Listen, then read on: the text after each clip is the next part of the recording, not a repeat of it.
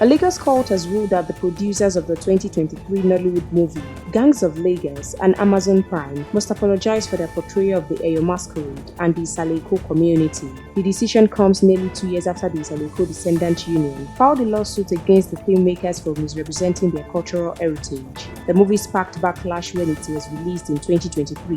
Because it depicted assassins using the Eyo Masquerade costume to commit crimes, many Lagos residents and traditional rulers condemned the portrayal, arguing that it disrespected the sacred cultural tradition of the Eyo festival. The case led to a legal battle between the filmmakers and the Isaleko Descendant Union. Justice Idowu Alakija approved a settlement that requires the movie producers and Amazon Prime to publicly apologize for the misrepresentation. Senior lawyer Adeniji Kazeem, who represented the Isaleko Descendant Union, confirmed that both parties have reached an agreement. While this has generated mixed reactions, some Nigerians believe the ruling is fair, while others think the movie should also be taken down.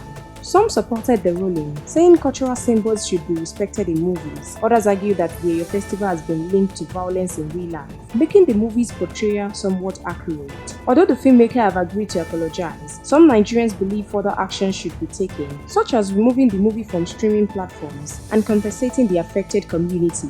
What would be the outcome of the court's ruling? Please drop your opinion in the comment section below, and please stay tuned to NaijaNews TV.